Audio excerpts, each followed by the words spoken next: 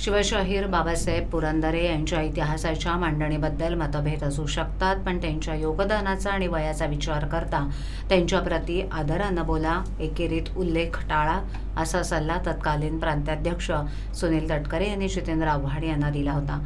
सल्ला म्हणजे ती धमकी होत नाही, असं मत राष्ट्रवादी काँग्रेसच्या अजित पवार गटाचे ठाणे जिल्हाध्यक्ष आनंद परांजपे यांनी व्यक्त केले. संघर्ष संस्थेनं भरवलेल्या किल्ले दर्शन स्पर्धेच्या वेळेला आव्हाड यांनी स्वतः शिवशाहिरांचा सत्कार केला होता. अदिती या स्वकर्तृत्वानं पुढे आल्यात, कामातून त्यांनी आपली ओळख निर्माण केली आहे, असंही परांजपे म्हणाले.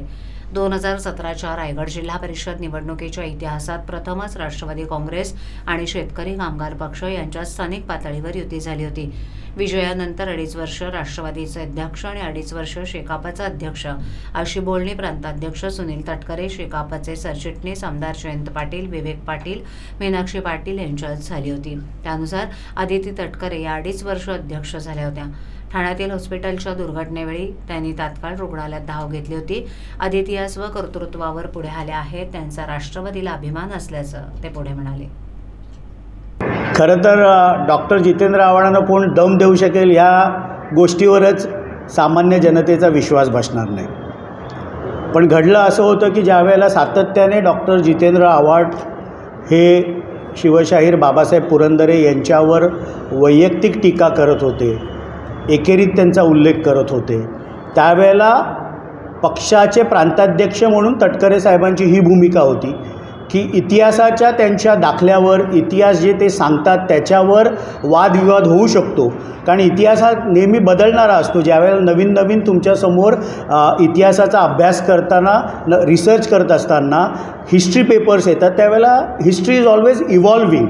म्हणून त्यांनी सांगितलेलं शिवचरित्र, त्याच्यातल्या असणाऱ्या विवादास्पद गोष्टी ह्याच्यावर त्यांचा विरोध होऊ शकतो, पण त्यांच्यावर व्यक्तिगत टीका करणं, त्यांच्या वयाचाही मान न ठेवणं, अशा प्रकारची भूमिका घेऊ नये हे तत्कालीन प्रांताध्यक्ष सुनीलजी तटकरे यांनी डॉक्टर जितेंद्र आव्हाड यांना सांगितलं होतं.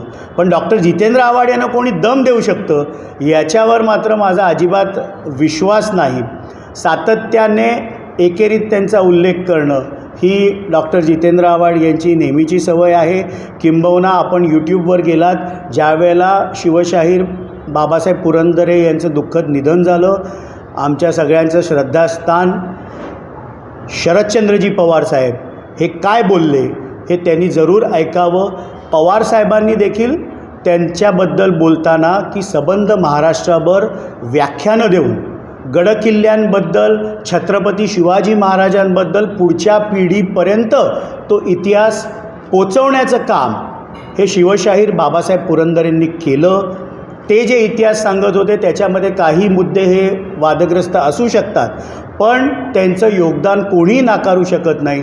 अशा प्रकारची वक्तव्य आदरणीय शरदचंद्रजी पवारसाहेब यांनी शिवशाहीर बाबासाहेब पुरंदरेंना श्रद्धांजली वाहताना ते बोलले. हे यूट्यूबवर आहे आणि ते डॉक्टर जितेंद्र आव्हाडांनी परत बघावं.